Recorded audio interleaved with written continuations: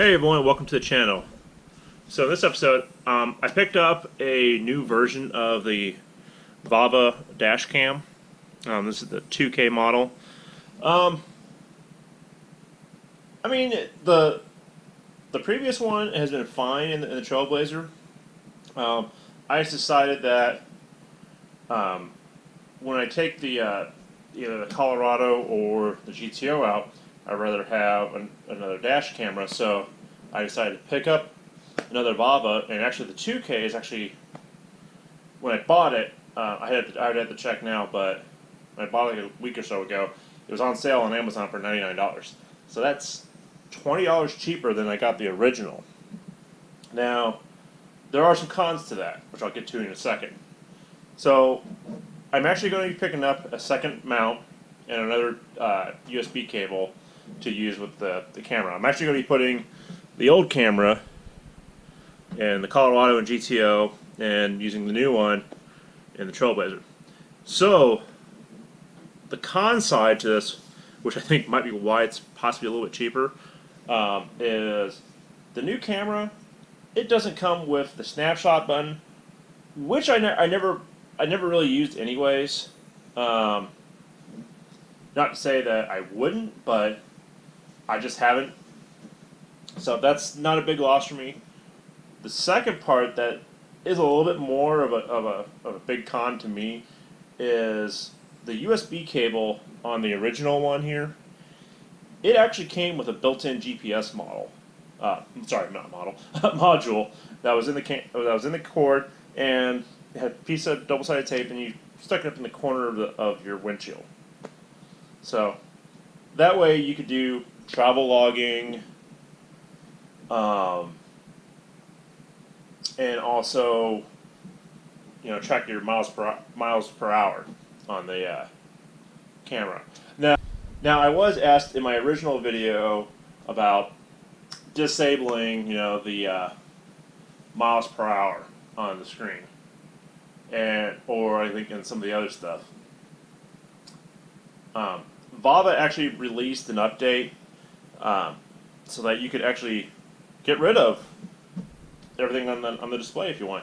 So if you're doing, I don't know, racing or some other videoing for other stuff, and you don't want all that display stuff around the edges, you can get rid of it now.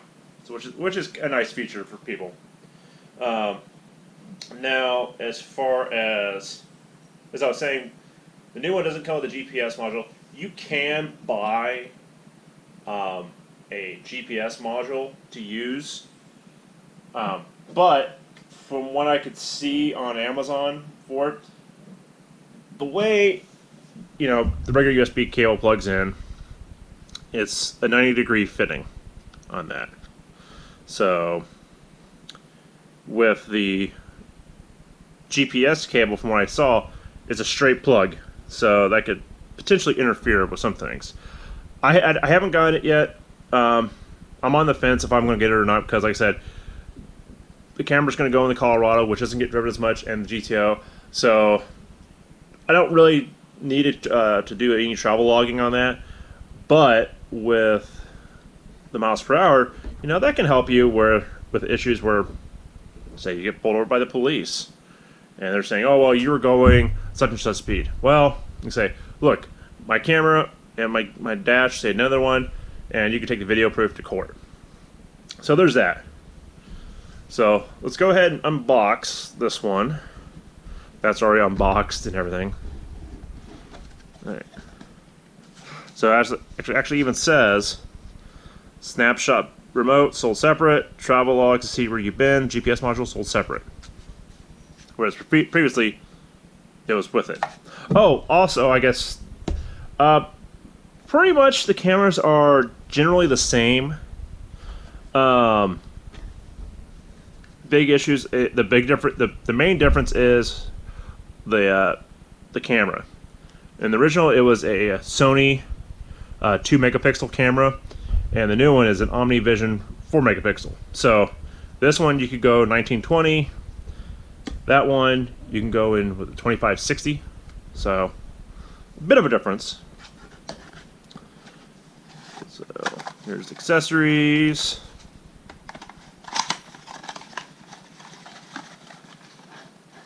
Crowbar for pulling your trim off. Clips for, you know, running the cable around your windshield. I didn't even use those on the Trailblazer. I was able to tuck it up underneath the headliner. The car charger. The one thing that I will, I still need to do on the Trailblazer is run the actual cable to. Sorry about that. Yeah, you're demon. You wanted to help. Is I wanted to run the USB cable to the back of my radio head unit, so that way I have my other cable free for plugging in a phone and so forth. And right now, both the Trailblazer and the Colorado have power on all the time. So if you leave that plugged in, yes, your camera is going to be running the whole entire time. And that's up to you. If you're fine with that, go with it. You know, you could record some other things happening that the shock sensor won't hit.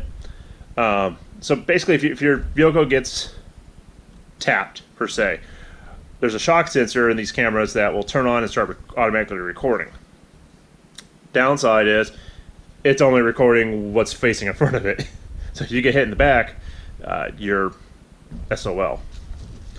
But I know some people have complained about, you know, basically you have to unplug the camera so it's not recording all the time and so forth.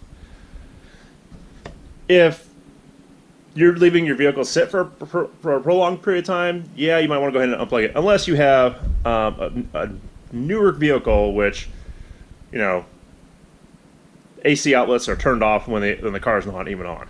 So it could be a mute point for some of you. The mounting is actually identical to the previous mount, so that's why I said I'm going to buy it. And there's also a kind of an adhesive on there, so that's why I wanted to get a second one. Here, Coco. She wants to help. Alright,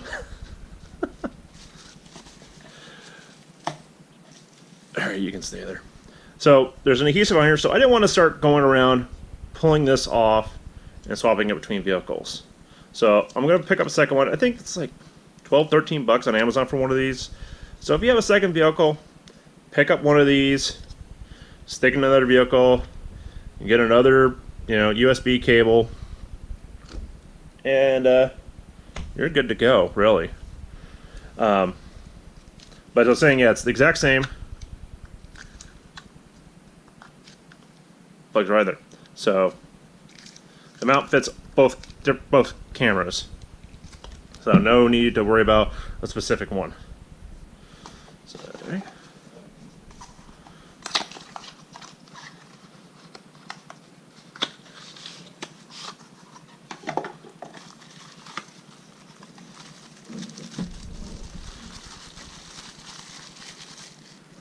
Okay. So here's the new one. Not sure why they put a gray door on there, but not really. All right, Coco. But like I said, otherwise, you know, these two are virtually identical. I mean, you can't really. You might, I might be able to see a slight difference in the lens, but generally, no difference other than that door. So, all right, I'm gonna go ahead and set up this mount in the Colorado.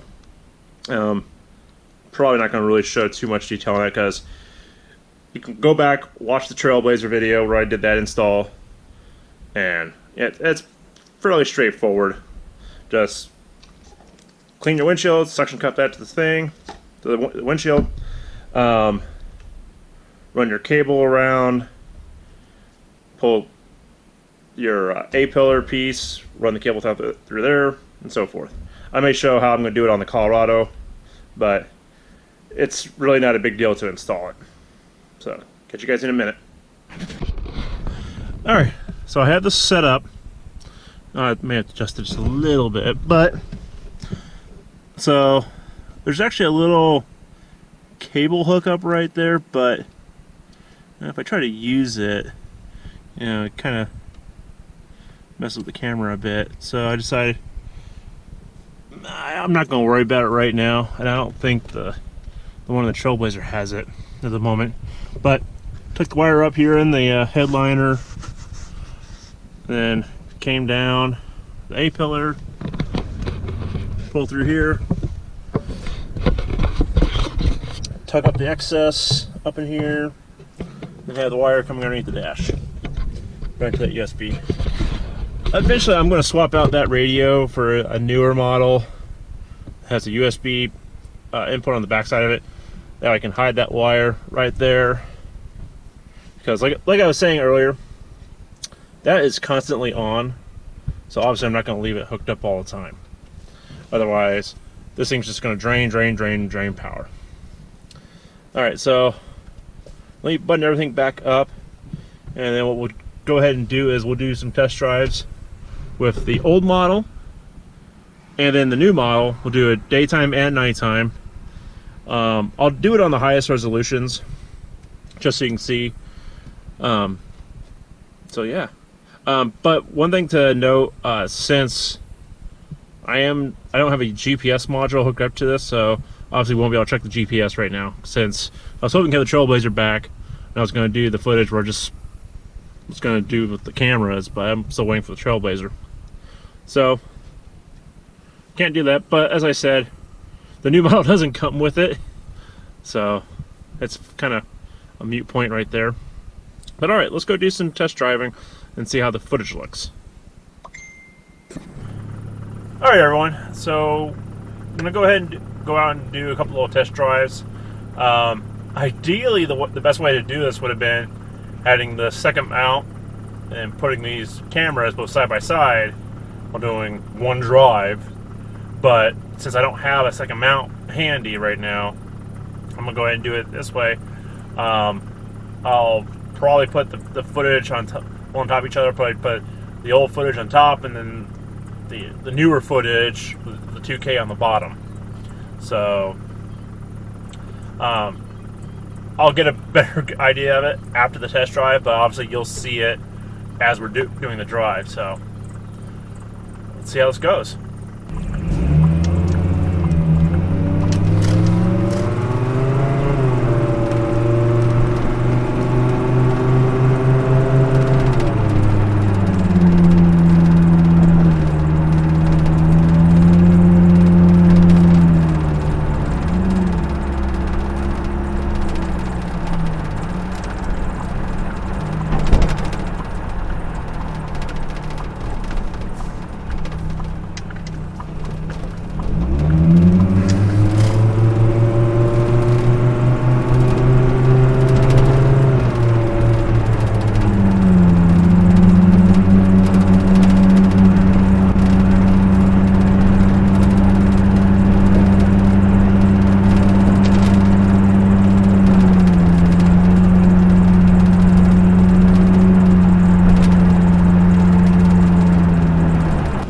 So on this clip, we're going to be doing the nighttime footage.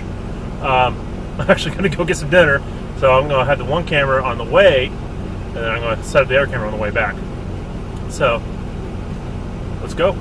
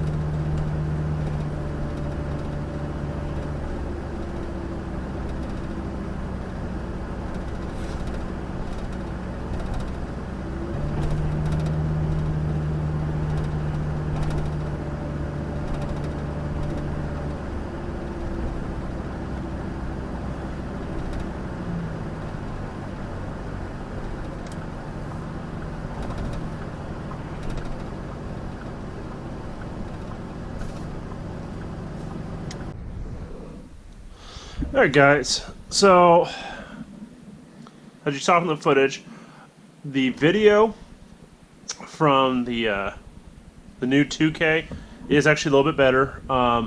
Actually, I'm not sure if you can see a much difference in the video, since after I render it, you know, it's not quite that high quality, but when you're seeing the raw footage, it is a bit better, as to be expected.